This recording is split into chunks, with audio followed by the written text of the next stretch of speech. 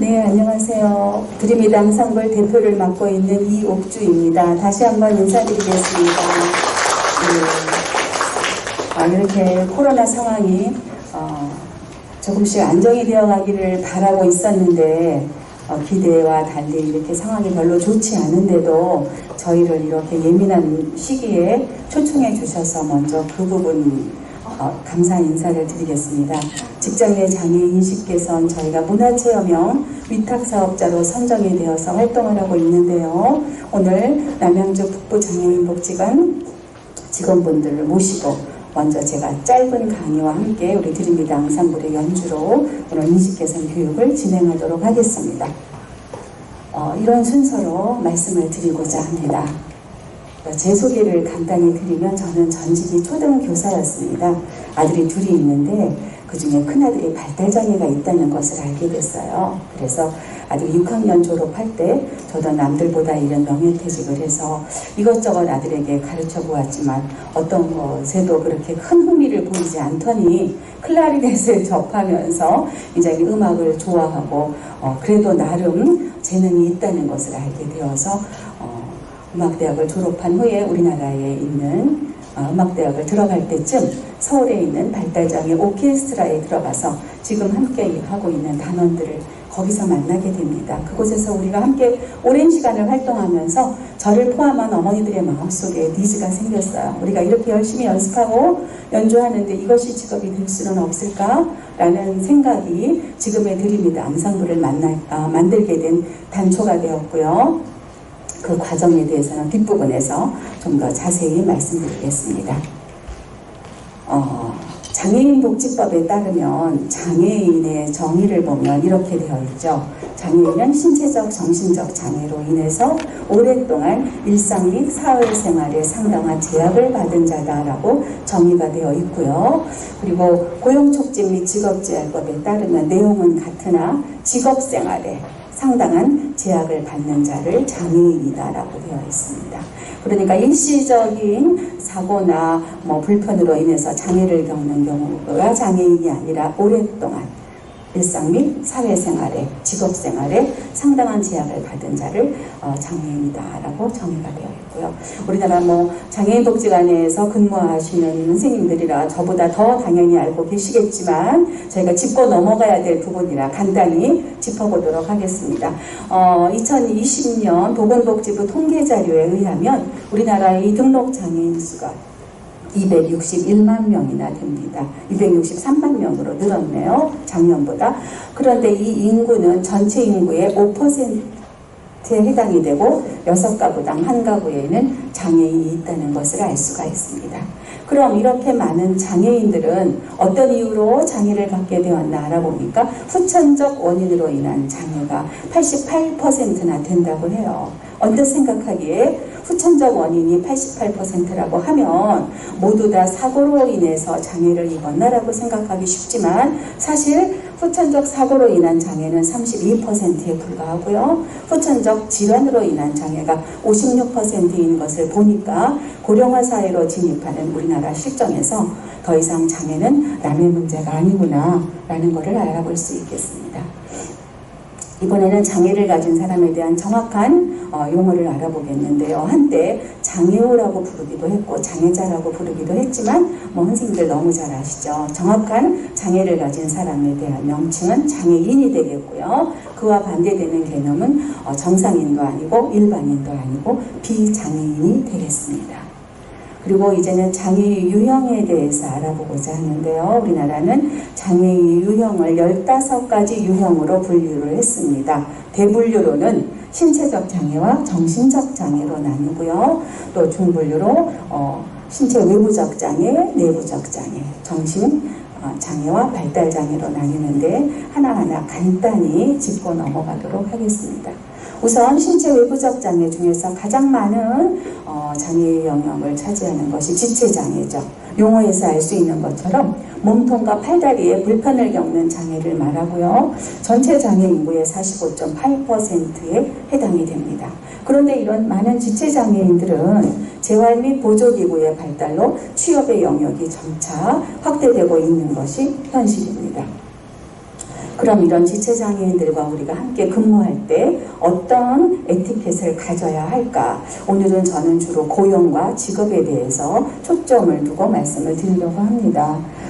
너무나 상식적으로 다 알 수 있고 장애 감수성이 있는 분이라면 충분히 아실 수 있는 내용이라고 생각합니다. 지체장애인들의 접근성을 고려해주고 또 그들에게 보조기구가 필요하니까 허락 없이 휠체어를 옮긴다든지 하지 않기, 그리고 또 도움이 필요할 때는 반드시 상대방 의사를 확인하고 도와주기. 예를 들어서 어떤 지체장애인이 넘어졌다. 내가 급한 마음에 말도 없이 달려가서 일으켜 세우는 것은 올바른 돕는 법이 아니다 라는 말씀을 드리고 싶습니다. 그 다음 뇌병변 장애입니다. 뇌병변 장애는 뇌의 이상으로 인한 마비로 일상생활에 제약이 있지만 이 뇌병변 장애인들로 떨림이나 경직 등만 그런 것만 고려가 된다면 얼마든지 다양한 직업생활을 할 수가 있습니다. 뇌병변 장애인들의 대부분은 언어장애가 동반되는 경우가 있지만 지적 능력과는 무관하다는 것을 알 수가 있습니다. 뇌병변 장애인과 함께 근무할 때 에티켓이라면 어떻겠어요? 잘 알아듣지 못할 경우에는 한 번 다시 말씀해 주시겠습니까? 하고 요청할 수 있고요. 그들과 함께 생활하기 위해서 역시 장애 감수성을 생각해서 그분들, 내가 만약에 장애인이라면 어떤 도움이 필요할까 한번 다시 생각해보고 행동하면 실수가 없을 거라고 생각합니다. 그 다음 시각장애입니다. 시각장애를 하더라도 아무것도 볼 수 없는 전맹은 드물다고 합니다. 명암이나 형체 정도는 구별할 수 있기 때문에 그들도 보조기구를 활용해서 다양한 업무 수행이 가능합니다. 그렇지만 시각장애인들과 함께 근무할 때 에티켓을 살펴보자면 좀 상세히 설명해주고 또 시설 파악에 대해서 도와주고 그리고 이동에 불편이 없도록 해주는 것이 함께 생활하는 비장애인의 에티켓이라 하겠습니다. 그 다음 청각장애입니다. 소리를 뇌로 전달하는 경로에 손상이 있어서 잘 알아듣지 못하는 장애를 말하는 거죠. 이런 청각장애인들도 다양한 의사소통 방법이 있는데요. 수어라든지 보청기, 필담, 구화 등으로 상대방과의 의사소통이 가능합니다. 그럼 이런 청각장애인과 대화할 때 또 하나 우리가 알아둬야 할 일은요. 청각장애인이라고 모두 다 수어를 할 수 있는 것은 아니랍니다. 오히려 비장애인인 내가 수어를 배웠다 하더라도 청각장애인을 만났을 때는 수어를 할 수 있는지 없는지 의사소통 방법 먼저 확인을 하고 함께 대화를 나누는 것이 중요하고요. 업무를 지시하거나 수행할 때는 말로 하는 것보다는 글로 쓴다든지 이렇게 메신저를 이용하는 것이 좋겠습니다. 그 다음 언어장애입니다. 조음기관에 문제가 있거나 해서 의사소통이 잘 이루어지지 않는 장애인데요. 언어장애 역시 지적 능력과는 무관하기 때문에 직업생활을 하는데 큰 불편이 없다고 생각합니다. 언어장애인들과 함께 생활할 때는 대화할 때 주의가 필요하고 전화통화 말고 팩스라든지 역시 이메일, 메신저 등 다양한 의사소통 방법을 활용하시면 되겠습니다. 그 다음 신체 내부적 장애인데요. 신체 내부적 장애는 이렇게 딱 스캔해서 보시면 아시겠지만 주로 장기에 장애가 있는 경우를 말합니다. 그 다음 정신적 장애 중에서 지적 장애입니다. 지적 장애는 지능지수가 70 이하인 경우를 지적 장애인이라고 하지만 이분들 역시 반복 훈련, 적절한 교육을 통해서 본인의 능력에 맞는 직업생활을 할 수가 있습니다. 그럼 지적 장애인들과 함께 생활할 때 우리가 갖춰야 될 에티켓이 무엇이냐? 인격을 존중해야 하고요. 지적 장애가 있지만 그분들 역시 똑같은 인간으로서의 자존감이 있기 때문에 의사를 존중하고 반말하지 않고 그리고 반복이 중요합니다. 한 번 말해서 안 되면 여러 번에 걸쳐서 지시를 한다든지 근무 규정 같은 거를 쉬운 말을 이용해서 해주는 것이 좋습니다. 그 다음 자폐성 장애입니다. 자폐성 장애는 선생님들 너무 잘 아실 거예요. 가장 어려운 점이 사회적 상호작용과 의사소통이 잘 되지 않는 것입니다. 그래서 눈 맞추기를 피하거나 동일한 행동을 반복하는 거, 상동행동이라고 하죠. 상동행동을 한다든지 한 가지에 집착한다든지 이런 굉장히 어려운 장애가 자폐성 장애인데요. 이런 자폐성 장애인들 역시 충분한 설명과 예행 연습을 하면 또 이분들의 능력에 맞는 직업생활을 할 수 있다고 생각합니다. 자폐성 장애인들은 어떤 새로운 곳에 갔을 때 굉장히 불안감이 높거든요. 그래서 어떤 낯선 장소나 낯선 사람을 만날 때 또 예측 못한 상황이 생기는 것을 가능하면 그 상황을 줄여주는 것이 중요하고요. 그래도 그런 일이 생길 적에는 충분히 예행, 연습과 설명을 해주는 것이 필요합니다. 그리고 일상생활에 부족한 부분들 많죠. 대중교통을 이용한다든지 계산을 한다든지 하는 것들이 많이 부족하지만 그래도 그분들도 역시 반복 훈련을 통해서 습득이 가능하다라는 말씀을 드립니다. 그 다음 정신장애입니다. 정신장애를 보면 지속적인 조현병이라든지 여기 보면 우울장애도 정신병에 들어있어요. 그리고 조울증. 근데 이런 정신장애인들도 적절한 약물 복용과 그리고 스트레스 관리를 잘 해주면 지적 능력과는 무관하기 때문에 또 본인의 능력을 충분히 발휘한 직장 생활을 할 수 있다는 말씀을 드립니다. 정신장애인들은 약물 복용을 주기적으로 해야 되니까 직장 생활을 한다면 그 직장에서 약목을 분위기를 조성해 준다든지 또 외출을 위해서 근무 시간을 배려해 주는 것이 필요하고요. 정신과 약물이 굉장히 갈증을 유발한다고 해요. 그래서 이렇게 충분히 수분을 섭취할 수 있는 이런 환경을 제공해주고 또 직장에서 고민을 상담해줄 같은 직원을 배치하는 것이 중요하다고 하겠습니다. 세계 여러 나라들은 장애 문제를 곧 인권 문제라고 접근하고 있습니다. 왜냐하면 장애인들은 교육이나 고용 등에서 불평등을 경험하고 있고요. 그리고 폭력, 학대, 편견 등으로 존엄성이 상실되고 또는 본인의 의사와 전혀 관계없이 강제로 시설에 수용되기도 하는 등 자율성을 존중받기 어렵기 때문에 장애 문제는 곧 인권 문제다라고 접근을 하고 있습니다.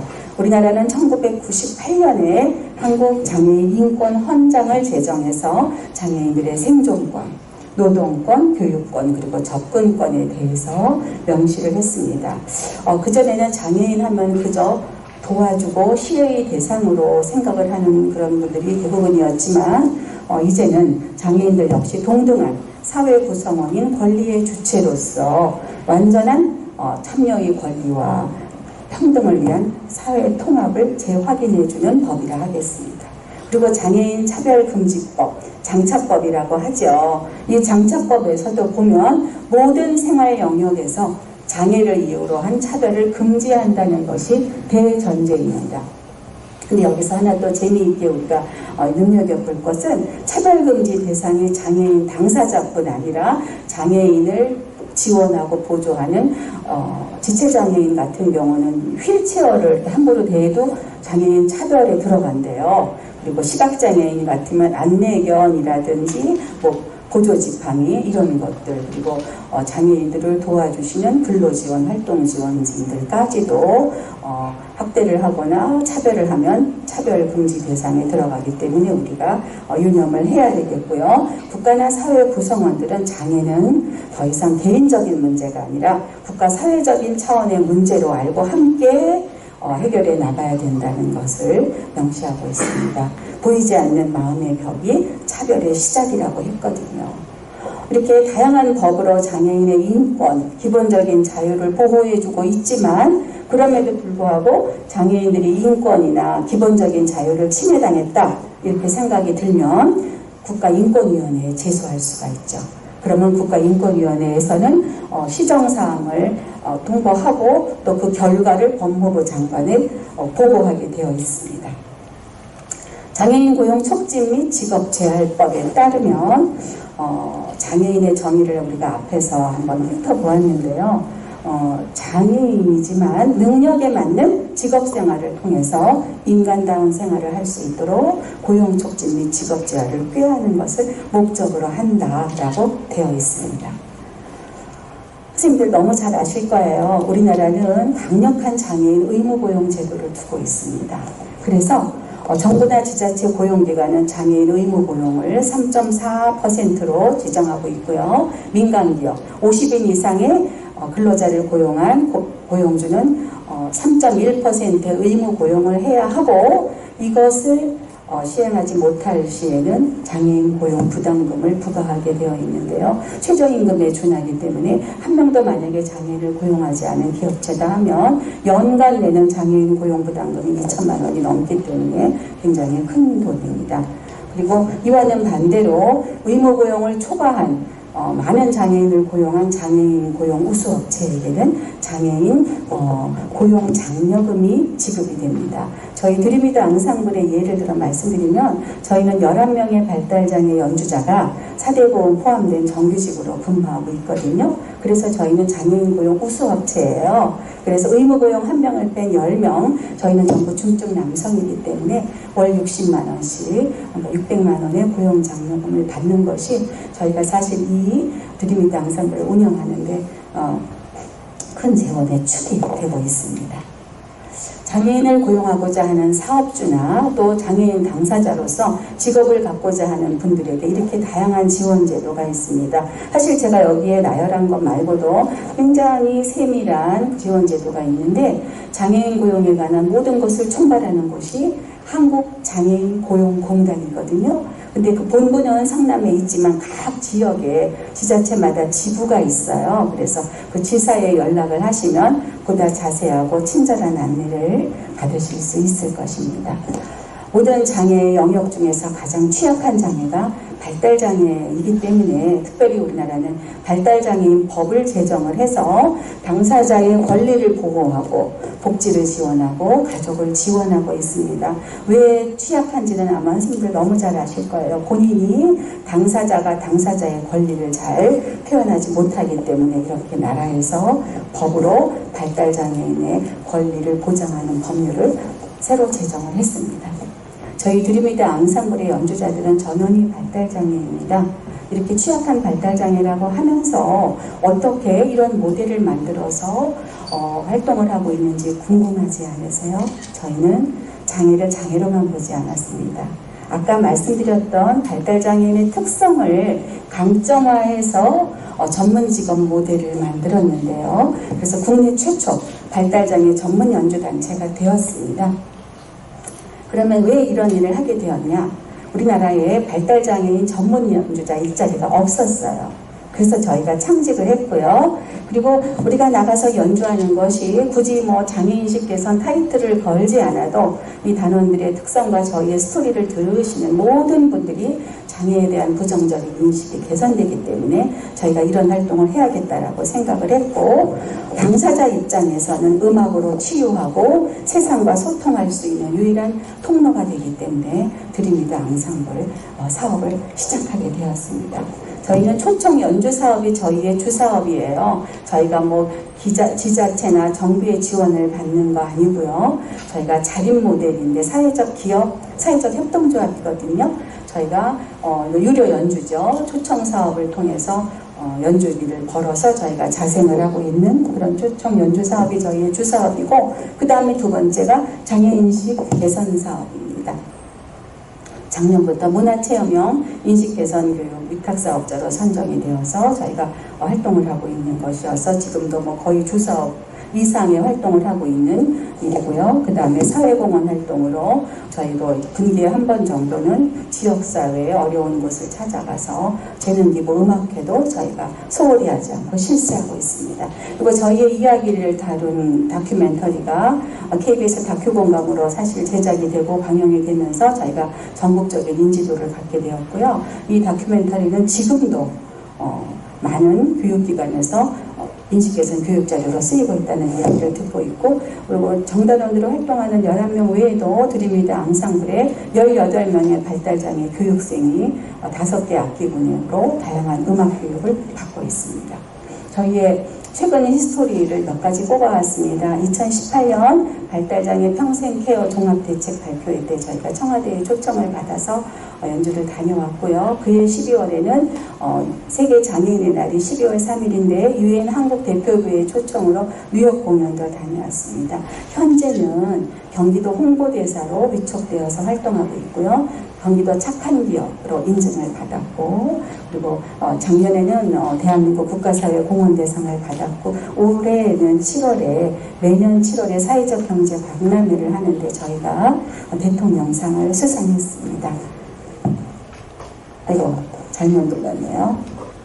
그 다음 아까 말씀드렸지만 저희는 장애를 장애로만 보지 않고 발달장애의 특성을 강점화했다고 말씀드렸는데, 간단히 말씀드리면 발달장애의 특성 중에 하나가 강박이죠. 어떤 것을 해야만 하면 그것을 시간 내에 해결하지 못하면 본인 스스로 마음이 편치 않는 그런 특성을 이용해서 과제 해결 능력으로 전환을 했습니다. 예를 들면 선생님이 과제를 다음 만날 때까지 100번 연습해와라. 그러면 그 100번을 다 하지 못하면 본인 마음이 편하지 않기 때문에 그 과제를 꾸준히 하는 것이 실력을 기를 수 있는 능력이 되었습니다. 그리고 10인 10색이 아니라 저희는 정말 한 사람 안에도 10명이 살고 있는 것 같은 다양한 특성들이 있는데, 그 다양한 특성을 개별화를 해서 개별화 파트별 악기를 만들어서 저희가 더욱 풍성한 앙상블 활동을 할 수 있는 계기가 되었고요. 타인과의 상호작용이 다 어렵지만 오랫동안 앙상블 활동을 함께 하면서 사회성이 증진되는 것을 볼 수 있었습니다. 그리고 물론 음악을 전공하고 연주자로 활동하는 친구들이지만 그 외에도 본인들이 좋아하는 특성들이 여러 가지가 있는데요. 그런 거를 지나치게 좋아하거나 같은 행동을 반복하는 특성 또한 저희가 앙상블 활동을 하는데 접목을 했습니다. 그리고 이 중에는 저희 단원들 중에는 서번트인 친구도 있어서 절대 음감을 갖고 있는 친구도 있고요. 목표를 향한 집념이 남달라서 모든 연주자의 꿈의 무대가 카네기홀에서 연주한다는 얘기를 어디서 듣고서는 계속 카네기홀에서 연주하고 싶다는 친구들이 있는데, 머지않아 카네기홀에서도 연주할 수 있는 날이 올 것이라 생각합니다. 네, 저희는 수년간 2015년 3월에 저희가 독립해 나와서 벌써 횟수로는 7년 차가 되었습니다. 앙상블 활동을 하면서 얻게 된 효과들입니다. 자기 표현력이 증대되고요. 그리고 사회성이 늘어나고 언어 구사력도 향상되면서 무엇보다도 가장 중요한 것은 나는 전문 연주자다라는 자존감 향상이 값으로 따질 수 없는 큰 효과라고 하겠습니다. 저희는 초청 연주를 다니는 틈틈이 계속 꾸준히 신곡도 준비하고 실력을 연마해서 매년 1회 정기 연주회를 해서 관객들과 소통하는 시간을 갖는데요. 얼마 전에 9월 12일에 14일에도 오늘 여기 복지관 직원분들이 대거 오셔서 저희 연주를 축하해 주시고 관람해 주신 거 알고 굉장히 다시 한번 감사 인사를 드립니다. 1회 정기 연주회 때 어떤 전문 카피라이터께서 저희에게 주신 말씀입니다. 저희의 캐치프레이즈로 갖고 다니는 귀한 말인데요. 편견이 눈을 감으면 가슴이 음악을 듣는다. 오늘 제 짧은 강의를 마치고 이어지는 드림미드 앙상블의 연주를 들으시면서 여러분들의 마음에 특별한 감동과 어떤 강한 메시지가 전달되기를 바라면서 짧지만 법정 교육 필수 내용은 이것으로 마치겠습니다. 경청해 주셔서 감사합니다. 네, 연주자 입장하기 전에 간단한 드림미드 앙상블 홍보 영상을 먼저 시청하시겠습니다.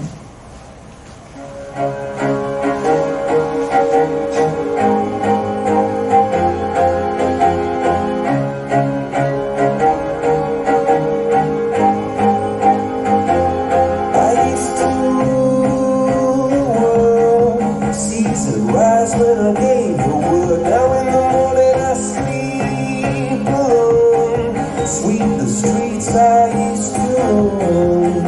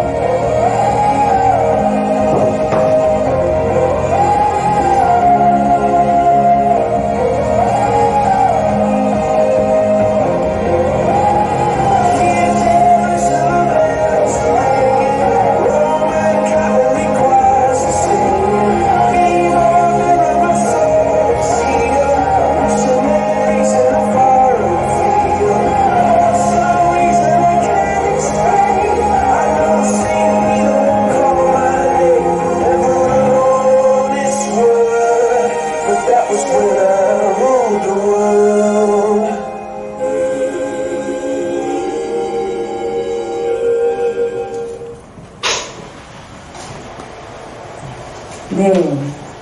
국내 최초 발달장애 전문 연주단체인 저희 드림이드 앙상블은 2015년에 저희가 창단이 되어서 활동하고 있다고 말씀을 아까 드렸는데요. 저희 11명의 연주자들 중에서 클라리넷 단원 8명과 선생님이 오늘 함께 나왔습니다. 저희가 처음에는 클라리넷 앙상블로 시작했지만 작년부터 밴드팀도 결성해서 작년에 3명의 밴드 직원을 또 신규 직원으로 영입해서 활동하고 있고요. 오늘은 8명의 클라리넷 앙상블 선생님들과 함께 나와서 오늘 여러분들과 함께 비가 오는 촉촉한 가을을 지촉하는 가을비 속에서 연주회를 진행하고자 합니다. 네, 여러분들 기대가 되시나요? 네, 그냥 편안하게 가족 같은 분위기에서 우리 단원들은 엄숙한 분위기보다는 함께 이렇게 흥겹고 막 환호성과 함께 박수를 받고 하는 것을 굉장히 즐기고 그러면은 막 없던 에너지도 나오는 것 같아요. 우리 한 시간 기대가 됩니다. 그러면 우리 드림이드 앙상블 입장하겠습니다.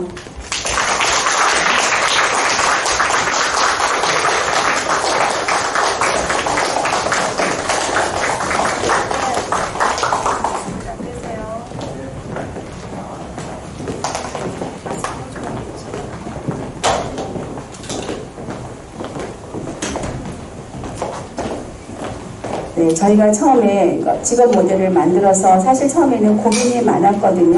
하루 종일 연습만 할 수 없는데 어떻게 하나. 오전에는 제빵을 하다가 점심 먹고 오후부터 연습을 해야 되나 별 고민을 다 하다가 그래도 그렇지 않다. 우리는 전문 연주자니까 연주와 집중하고 뭐 시간이 날 때에는 휴식을 하더라도 전문성을 기르는 게 좋겠다라고 처음에 시작을 하고 세팅을 한 것이 지금 돌아보면 저희가 더 빨리 이렇게 자리를 잡을 수 있는 계기가 되지 않았나라고 생각합니다. 저희는 풀타임은 아니고요. 월 80시간 근무를 하고 있습니다. 그러면 연주를 시작하기 전에 연주자들의 간단한 자기소개가 있겠습니다. 네, 안녕하세요. 반갑습니다. 단원들을 지도하고 있는 공연팀장 윤통혁이라고 합니다. 안녕하세요. 드림이드 앙상블 단원 전준입니다. 안녕하십니까. 드림이드 앙상블 클랜의 연주자 한태현입니다. 안녕하세요. 저는 드림이드 앙상블 단원 연주자 조주장입니다. 감사합니다. 사랑합니다. 네, 안녕하십니까. 드림이드 앙상블 활동하는 주호재입니다. 반갑습니다. 안녕하세요. 저는 꿈을 꾸고 죽은 연주자 김우진이라고 합니다. 감사합니다. 안녕하세요. 저는 그전의 앙상블 김한일입니다. 만나서 반갑습니다. 안녕하세요. 저는 드림이드 앙상블에서 피아노와歌를 하는 도입니다. 만나서 반갑습니다. 안녕하세요. 단원들 클라리넷 가르치고 있는 강사 신한수입니다. 감사합니다. 네, 안녕하세요. 반갑습니다. 제 이름은 오희망이고요. 이렇게 함께 해주셔서 너무나 감사드리며 저희가 처음으로 들려드릴 곡은 이제 모차르트의 3대 오페라이자 이제 뭐 피가로의 결혼, 돈조바니 그리고 마수피디 이 3대 오페라인데 그 중에서 저희가 마수피디라는 서곡을 저희가 그 마음의 무대를 활짝 열어보도록 하겠습니다. 예, 다시 한번 인사드리며 청해 듣도록 하겠습니다.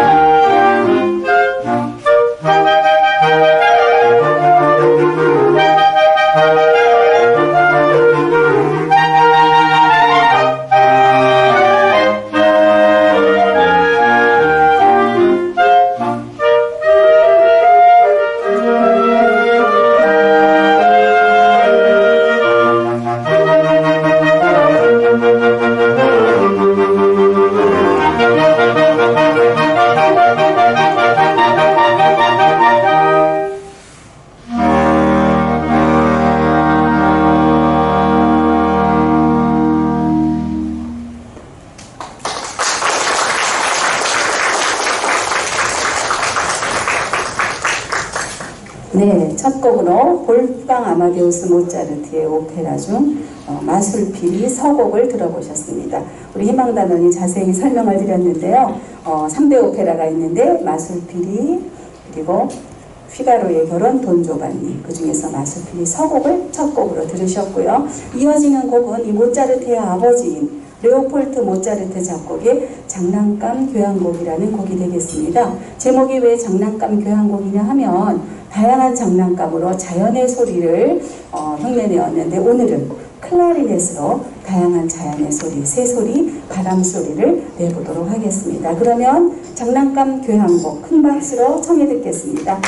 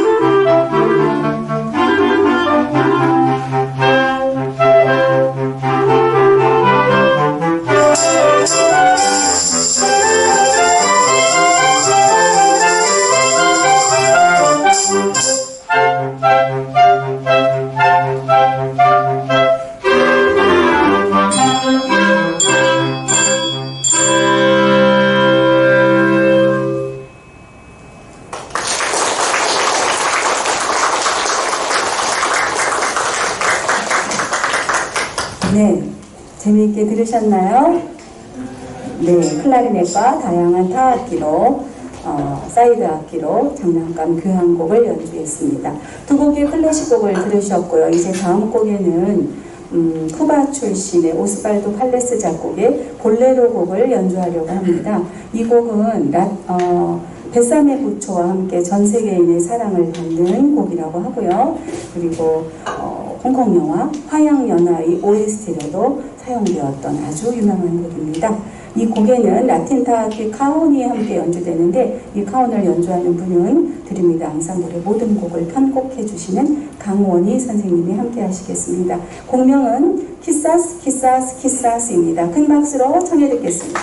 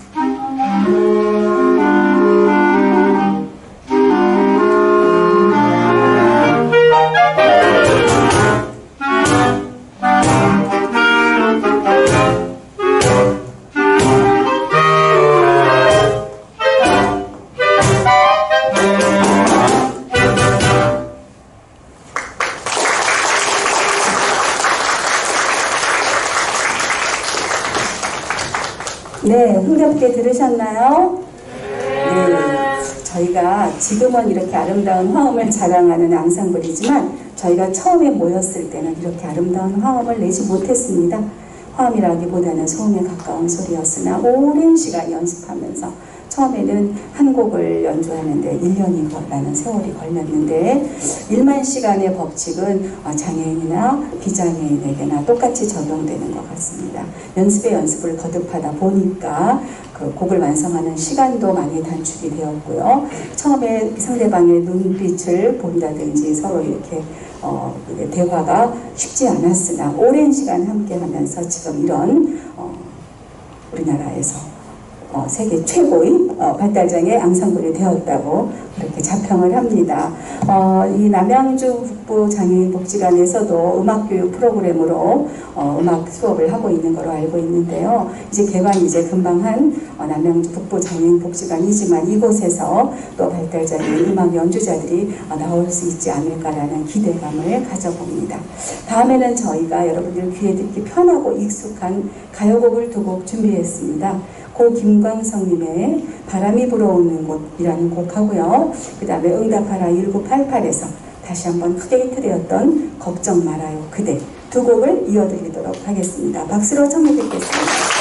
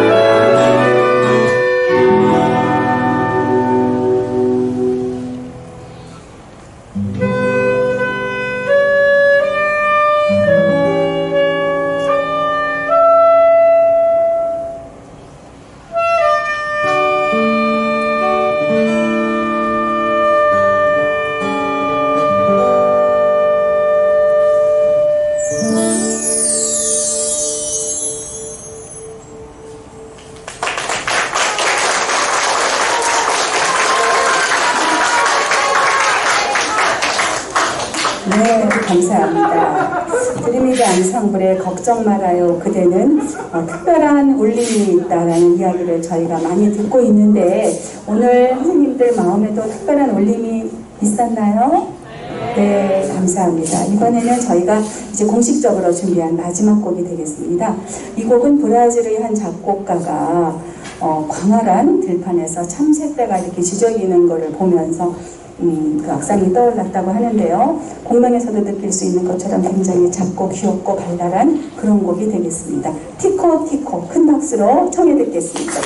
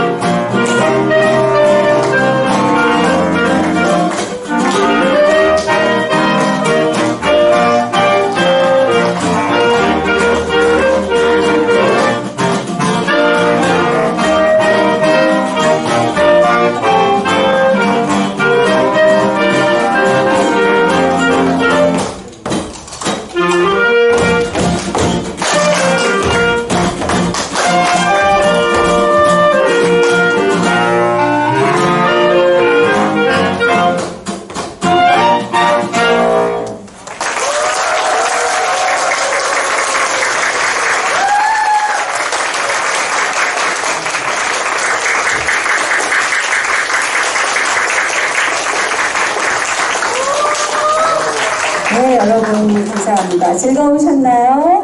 네, 동참해 주셔서 감사드리고 드림이드 앙상블과 함께하는 직장 내 장애인 인식 개선 교육은 이것으로 마치겠습니다. 감사합니다.